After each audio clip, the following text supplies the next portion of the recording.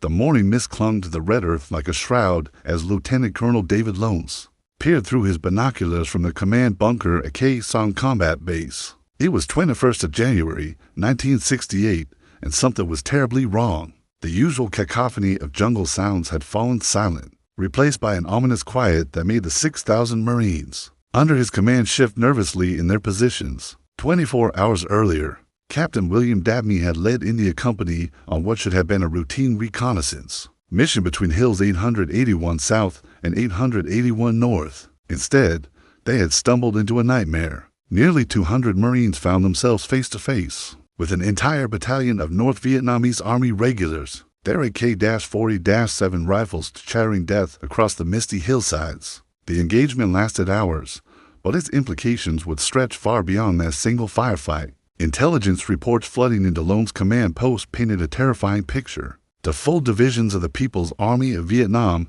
had surrounded Khe Sanh, transforming the remote outpost into a potential killing field. The base, positioned just 6 miles from the demilitarized zone and 14 miles from the Laotian border, had suddenly become the most dangerous real estate in South Vietnam. General Vo Nguyen Giap, the architect of France's defeat at Dien Bien Phu 14 years earlier, was orchestrating this new siege. His strategy was devastatingly simple: draw American forces into an isolated position, surround them with overwhelming numbers, and crush them with artillery fire. The parallels to the French disaster were impossible to ignore, and they sent chills through the Pentagon corridors in Washington. President Lyndon Johnson paced the Situation Room, his face etched with worry. The comparison to Dien Bien Phu haunted him. He demanded hourly updates on the situation. His fears crystallized in a single question that echoed through military headquarters: "I don't want any damn Dien Bien Phu." The political stakes were enormous, with public support for the Vietnam War already wavering. A catastrophic defeat at Khe Sanh could shatter American resolve entirely. The Marines at Khe Sanh were America's finest, battle-hardened veterans of previous engagements, young draftees from small towns across the Midwest, and career soldiers who had volunteered for the most dangerous assignments. They came from the 3rd Marine Division's 26th Regiment, reinforced by elements from other units, including South Vietnamese Army troop whose local knowledge proved invaluable. As the first North Vietnamese rockets began falling on the base perimeter, Lones knew they were facing something unprecedented. This wasn't a hit-and-run guerrilla attack or even a major assault designed to capture territory. This was systematic warfare, conducted by professional soldiers using sophisticated tactics and heavy artillery. The enemy had spent months preparing for this moment, stockpiling ammunition, positioning artillery pieces, and studying every weakness in the American defenses. The base itself occupied a plateau roughly 1,000 yards long and 500 yards wide, surrounded by hills that provided perfect observation points for enemy artillery spotters. The Americans had built extensive bunkers and defensive positions, but everyone understood that concrete and sandbags provided only limited protection against the heavy mortars and rockets that the North Vietnamese were now employing with devastating accuracy. As night fell on that first day, the Marines settled into their bunkers, knowing that dawn would bring something none of them had experienced before: a siege that would test every aspect of their training, courage, and determination. The Battle of Khe Sanh had begun, and with it, one of the most controversial and strategically significant engagements of the entire Vietnam War. The second dawn brought with it a symphony of destruction that would become the soundtrack of the next 7 to 7 days. At 0500 hours on 22nd of January, the hillsides around Khe Sanh erupted in orange flashes as North Vietnamese artillery batteries unleashed their carefully coordinated barrage. Rocket-propelled grenades screamed through the morning air, while 122mm rockets crashed into the Marine positions. With bone-jarring explosions, Sergeant Major John Payne dove into his bunker as shrapnel whistled overhead, the concussion waves from nearby impacts lifting him off his feet. Around him, Marines scrambled for cover as the base transformed into a moonscape of craters and twisted metal. The main ammunition dump took a direct hit, sending a mushroom cloud of fire and debris 200 feet into the air. The explosion was so massive that it registered on seismic equipment at weather stations. Throughout South Vietnam, Captain Dabney, still holding Hill 881 south with his battered India Company,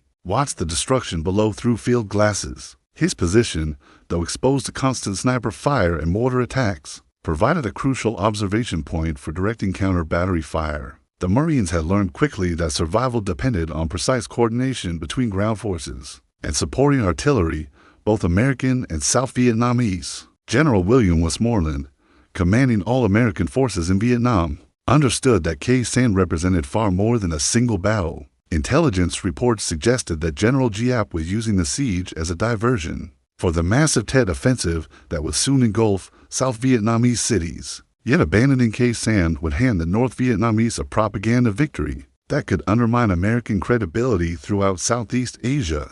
The logistics of supplying 6,000 defenders under constant artillery fire presented unprecedented challenges. Every supply helicopter flying into Khe Sanh faced a gauntlet of anti-aircraft fire from hidden positions throughout the surrounding mountains. Pilots developed techniques for rapid descents and immediate takeoffs, but casualties mounted steadily. Some days, weather conditions made air resupply impossible, forcing the Marines to ration everything from ammunition to water. Private First Class Michael Rodriguez, barely 19 years old and fresh from boot camp at Paris Island, discovered what it meant to live underground. The Marines had constructed an elaborate tunnel system connecting bunkers, command posts, and supply depots. Men spent weeks without seeing sunlight, emerging only during brief lulls in the bombardment to repair damage or recover supplies from destroyed helicopters. According to Time magazine's April 12, 1968 issue, the siege had transformed Khe Sanh into a lunar landscape where nothing moved above ground.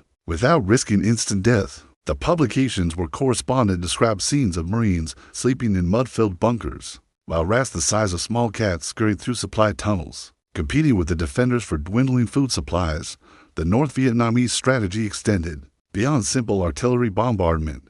Infantry probes tested American defenses nightly, with sappers attempting to penetrate the perimeter wire under cover of darkness. These attacks served multiple purposes.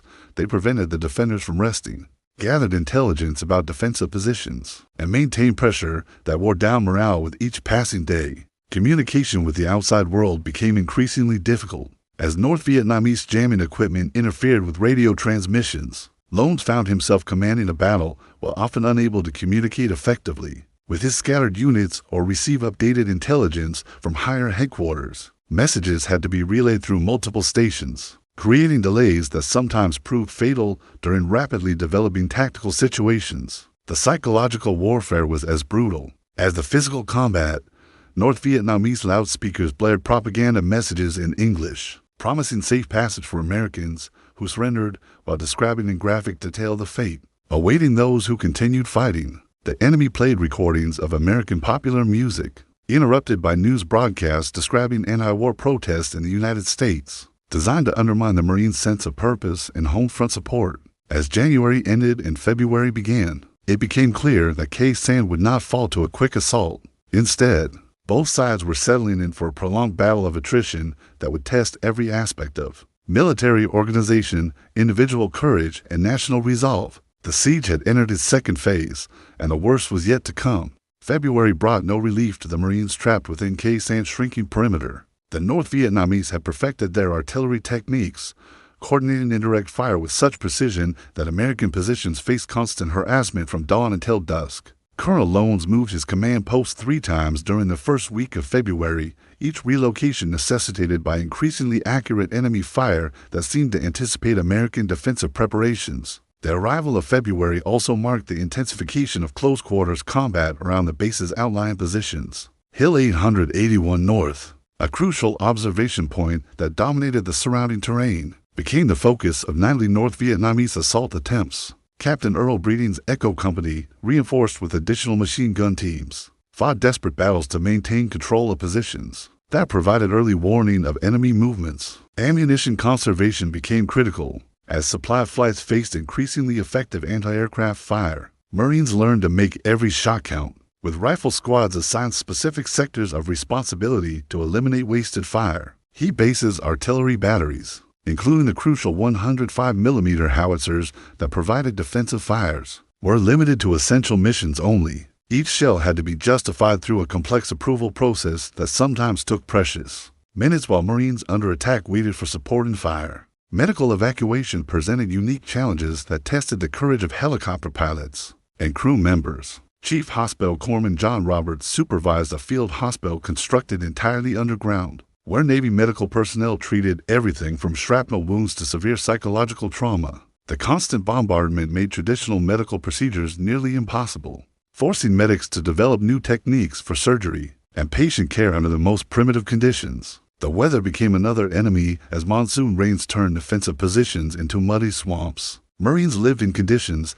that would have been considered uninhabitable in peacetime. Underground bunkers that filled with water during heavy rains, forcing defenders to choose between exposure to artillery fire above ground or the risk of drowning in their own defensive positions. Tropical diseases spread rapidly in the unsanitary conditions, with dysentery and various skin infections affecting nearly every Marine on the base. Supply drops by parachute became the primary means of resupplying ammunition and rations when helicopter operations proved too dangerous. However, many supply bundles landed outside the defensive perimeter, providing North Vietnamese forces with American equipment and supplies. Recovery missions to retrieve these wayward supplies often resulted in fierce firefights, with both sides willing to accept heavy casualties for relatively small amounts of ammunition or food. The psychological pressure intensified as February progressed. Marines who had never experienced prolonged artillery bombardment learned to identify different types of incoming rounds by their sound signatures. The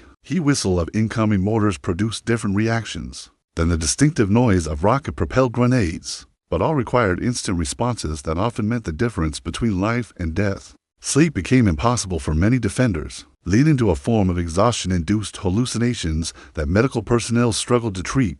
Intelligence reports indicated that the North Vietnamese were reinforcing their positions around Khe Sanh with fresh troops from regular Army units stationed in North Vietnam. These reinforcements brought additional artillery pieces, including long-range guns capable of reaching every position within the Marine defensive perimeter. The siege was transforming from a battle of maneuver into a contest of pure endurance, with victory going to whichever side could sustain losses longer. President Johnson's daily briefings focused increasingly on Khe Sanh as public attention turned toward the remote outpost. Television news broadcasts showed footage of Marines living in underground bunkers, while artillery explosions erupted in the background. The American public began asking difficult questions about the strategic value of defending such an isolated position at such enormous cost in human lives and material resources. By mid-February, it became apparent that the North Vietnamese strategy was working exactly as General Giap had planned. American attention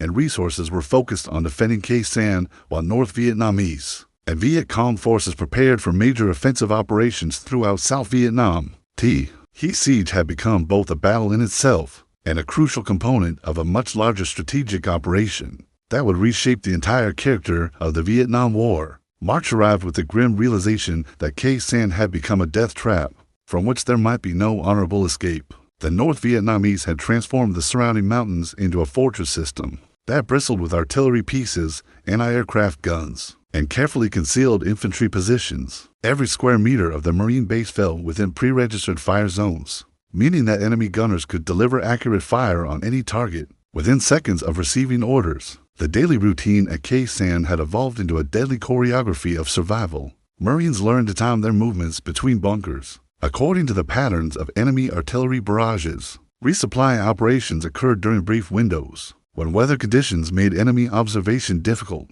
But even these moments offered no guarantee of safety. Helicopter crews developed extraordinary skills for rapid insertions and extractions, often landing and taking off within 30 seconds while under direct fire. Staff Sergeant Robert Smith, a veteran of 2 previous tours in Vietnam, had never experienced anything comparable to the constant stress of life under siege. His squad occupied positions on the eastern perimeter, where North Vietnamese sappers made nightly attempts to penetrate the defensive wire. The psychological warfare was as exhausting as the physical combat, with enemy loudspeakers broadcasting the names of recently killed Marines and offering detailed descriptions of conditions in American prisoner-of-war camps. The ammunition situation became critical as supply flights faced increasingly effective anti-aircraft fire. Artillery batteries were limited to defensive fires only, and infantry units found themselves rationing rifle ammunition to ensure availability for major assault attempts. Marines stripped equipment from destroyed helicopters and damaged fortifications,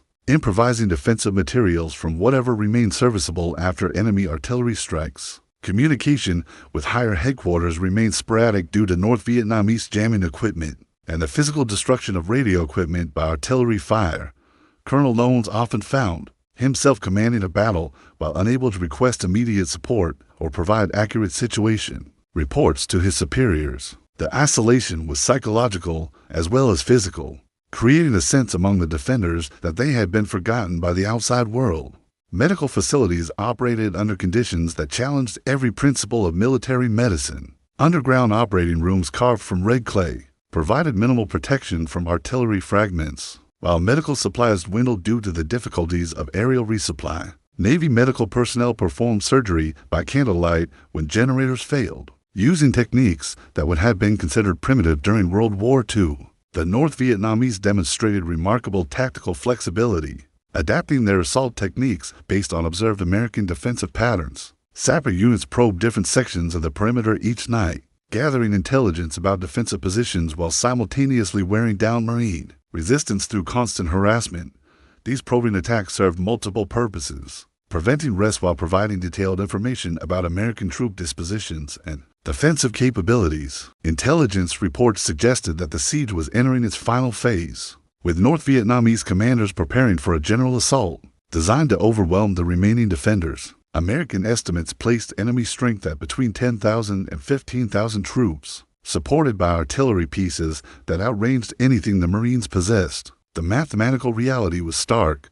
The defenders were outnumbered by more than 2-1 by professional soldiers fighting on terrain they had spent months preparing. The strategic implications extended far beyond Khe Sanh itself. The siege had consumed enormous American resources while serving as a diversion for the Tet Offensive that devastated South Vietnamese cities throughout the country. Planners in Washington began questioning whether the base could be held indefinitely, or whether continued defense would result in a catastrophic defeat that could undermine American credibility throughout Southeast Asia.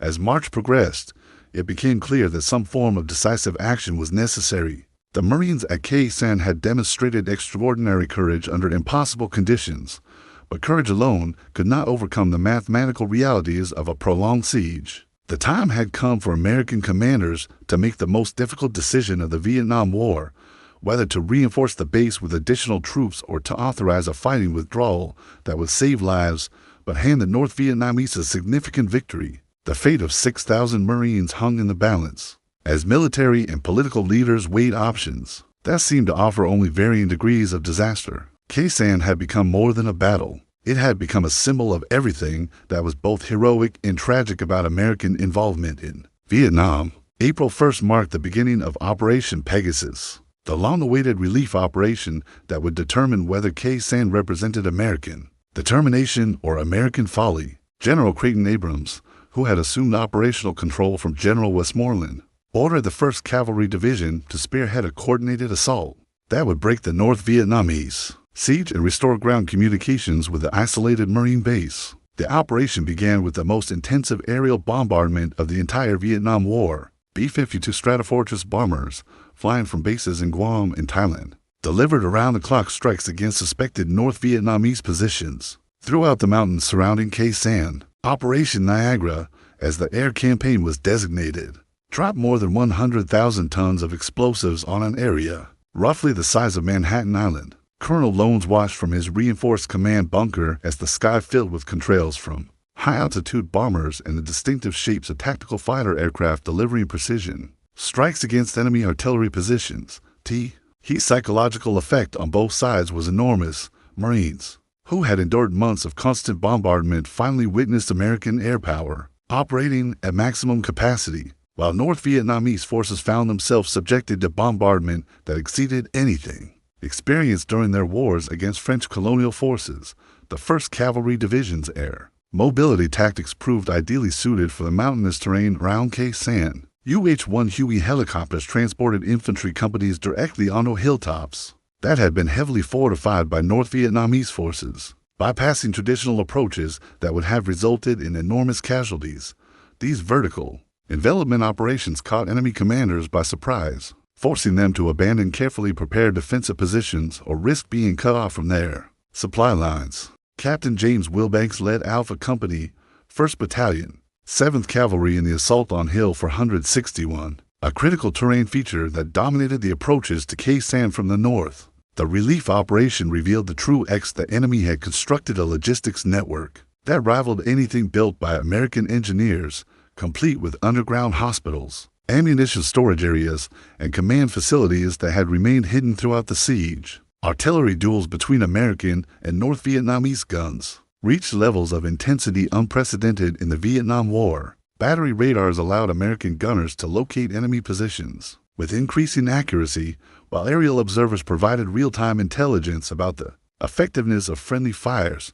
Mathematical precision required for successful counter-battery operations challenged both sides to develop new techniques for artillery warfare in mountainous terrain. The psychological warfare continued even as the siege began to crumble. North Vietnamese propaganda broadcasts claimed that Operation Pegasus was a desperate American attempt to avoid total defeat, while American psychological operations specialists countered with leaflet drops offering safe passage for enemy soldiers willing to surrender. Neither side achieved significant success with propaganda efforts, but both continued these operations as part of the overall military strategy. Medical evacuation operations intensified as casualties mounted during the relief operations. The same helicopter crews that had sustained the Marine garrison throughout the siege now flew continuous missions to evacuate wounded soldiers from both sides. Navy medical personnel noted the professional quality of North Vietnamese first aid, indicating that enemy forces included significant numbers of experienced combat veterans, rather than poorly trained militia units. By mid-April, it became apparent that the North Vietnamese were conducting a fighting withdrawal rather than attempting to hold their positions around Khe Sanh at all costs. Intelligence reports suggested that enemy commanders had achieved their primary objectives. They had tied down significant American forces, consumed enormous quantities of supplies and ammunition, and demonstrated their ability to conduct sustained operations against major American installations. The strategic implications of Operation Pegasus extended far beyond the immediate tactical situation around Khe Sanh. The operation demonstrated both the capabilities and limitations of American military power in Vietnam, while providing valuable lessons about the challenges of fighting a prolonged war against an enemy willing to accept enormous casualties in pursuit of political objectives. The relief of Khe Sanh marked the beginning of a new phase in the Vietnam War, one that would be characterized by American attempts to find an honorable exit from a conflict that had become strategically unwinnable. The final weeks of the siege witnessed some of the most desperate fighting in the entire Vietnam War, as North Vietnamese forces made their last attempts to achieve a decisive victory before American relief operations could reach the beleaguered Marines. Intelligence reports indicated that enemy commanders were under enormous pressure from their superiors in Hanoi to achieve something more substantial than the mere diversion of American resources from other theaters of operation. Colonel Lones faced his greatest crisis during the second week of April, when North Vietnamese sappers succeeded in penetrating the eastern perimeter of the base and establishing a foothold within the main defensive lines. The breakthrough occurred during a moonless night, when monsoon rains reduced visibility to mere yards, allowing specially trained infiltration teams to cut through multiple layers of defensive wire without detection by American sentries. The close-quarters combat that followed tested every aspect of Marine Corps training and tradition. Sergeant Michael O'Brien led a counterattack that involved hand-to-hand fighting in trenches filled with mud and debris from previous artillery strikes. The battle lasted for hours and resulted in the complete elimination of the North Vietnamese penetration, but at a cost that left the eastern defensive sector dangerously undermanned for subsequent operations. Air Force forward air controllers, operating from positions that offered direct observation of North Vietnamese activities, coordinated strikes that brought tactical aircraft within mere hundreds of meters of friendly positions. The precision required for such operations exceeded anything attempted previously in the Vietnam War, with target designation often depending on colored smoke grenades thrown by Marines who were simultaneously engaged in direct combat with enemy infantry. The ammunition shortage reached crisis proportions, as both sides expended enormous quantities of supplies in what both recognized as the final phase of the siege. American artillery batteries were limited to defensive fires only, with each shell requiring approval from the highest command levels. Marines learned to make every shot count, often engaging North Vietnamese positions with single-aim shots, rather than the automatic weapons fire that had characterized earlier phases of the battle. Supply operations reached levels of heroism that earned numerous decorations for valor. Helicopter crews flew missions under conditions that violated every principle of safe aviation, often landing on improvised helicopter pads while under direct fire from multiple enemy positions.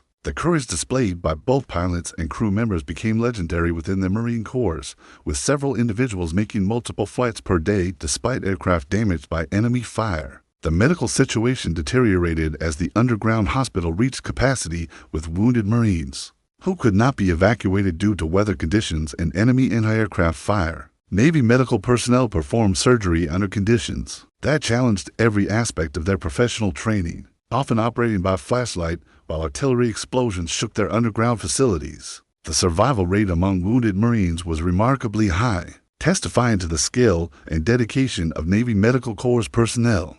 As referenced in the official Marine Corps history of the battle, Operation Scotland concluded with 205 friendly killed in action, though total casualties for the entire siege period reached nearly 1,000 when including wounded and non-battle injuries. The Marines recorded an actual body count of 1,600 to North Vietnamese soldiers killed, while intelligence estimates placed total enemy casualties at between 10,000 and 15,000 troops, indicating the enormous costs paid by both sides for control of this remote outpost. The psychological impact of the siege extended far beyond the immediate participants. Marines who survived Sanh would carry the experience for the rest of their lives, while the families of those killed struggled to understand why their sons had died defending a base that was abandoned just 2 months after the siege ended. The strategic questions raised by Sanh would continue to influence American military thinking for decades after the Vietnam War ended. The end of the siege brought no celebration among the Marines who had survived 7 to 7 days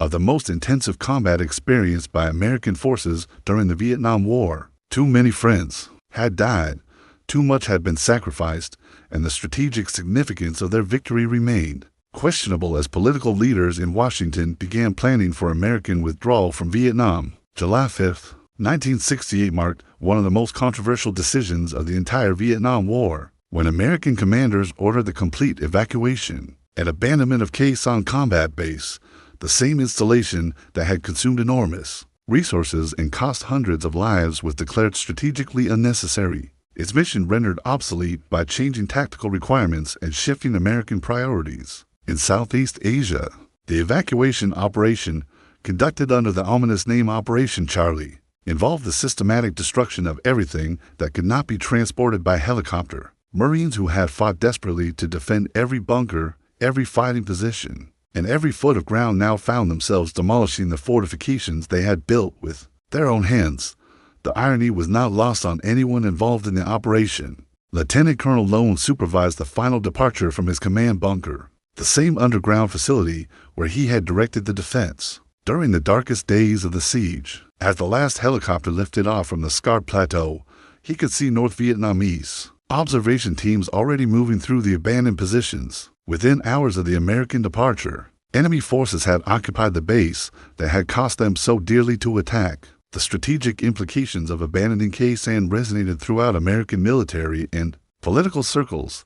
Critics argued that the entire siege had been a costly diversion that achieved nothing beyond consuming resources needed for other operations. Supporters maintained that the defense of Sanh had prevented the North Vietnamese from achieving a major propaganda victory that can have undermined American credibility throughout the region. General Giap's strategy had succeeded beyond his most optimistic expectations. The siege of Sanh had diverted American attention and resources from the preparation and execution of the Tet Offensive, allowing communist forces to achieve tactical surprise in attacks on major South Vietnamese cities. The psychological impact of simultaneous attacks on Saigon, Hue, and dozens of other urban areas overshadowed any tactical victory the Americans might have achieved at Sanh. The casualty figures remained disputed for decades after the battle ended. Official Marine Corps records listed 105 killed in action during Operation Scotland, but broader calculations that included the entire siege period suggested nearly 1,000 American and South Vietnamese casualties. North Vietnamese losses were even more difficult to determine, with American intelligence estimates ranging from 5,500 to 15,000 enemy casualties. Depending on the methodology employed, the veterans of Sanh returned to a United States that was increasingly divided about the Vietnam War. Many found that their sacrifice was not understood or appreciated by a civilian population that had grown skeptical about American involvement in Southeast Asia. The heroism displayed during the siege was overshadowed by questions about the strategic wisdom of defending such an isolated position at such enormous cost. The tactical lessons learned at Sanh influenced American military doctrine for decades. After the Vietnam War ended, the importance of secure supply lines, the limitations of fixed defensive positions, and the psychological effects of prolonged combat under siege conditions became standard topics in military education programs. The battle also demonstrated the crucial importance of air mobility and close air support in modern warfare. The strategic debate about Sanh continued long after the last Marine departed from the abandoned base. Military historians argued about whether the siege represented an American victory that prevented a major North Vietnamese breakthrough, or a costly mistake that diverted resources from more important objectives. The truth, as often happens in military history, probably contained elements of both interpretations. The North Vietnamese perspective on Sanh remained largely hidden until after the war ended, when former enemy commanders acknowledged that the siege had achieved its primary objective of diverting American attention from preparations for the Tet Offensive. General Giap later described Sanh as a successful strategic deception that allowed communist forces to achieve tactical surprise in attacks throughout South Vietnam. The lasting legacy of Sanh transcends the immediate tactical and strategic questions raised by the battle itself. The siege became a symbol of American determination under impossible circumstances, of individual heroism in the face of overwhelming odds, and of the moral complexities that characterized the entire Vietnam War. Marines who defended Sanh demonstrated qualities of courage, endurance, and professional competence that honor the finest traditions of American military service. 57 years later, the red clay hills around Sanh remain scarred by the battle that transformed a remote outpost into one of the most famous military engagements in American history. The tactical victory achieved by American arms could not overcome the strategic realities that made the Vietnam War ultimately unwinnable. But the courage displayed by individual Marines during those 7 days of siege continues to inspire new generations of American military personnel. The Battle of Sanh ended not with victory or defeat, but with the recognition that some questions of war and strategy cannot be answered through tactical success alone. The siege remains a reminder about the capabilities and limitations of military power and of the human cost paid by those who serve their country in distant places under impossible circumstances.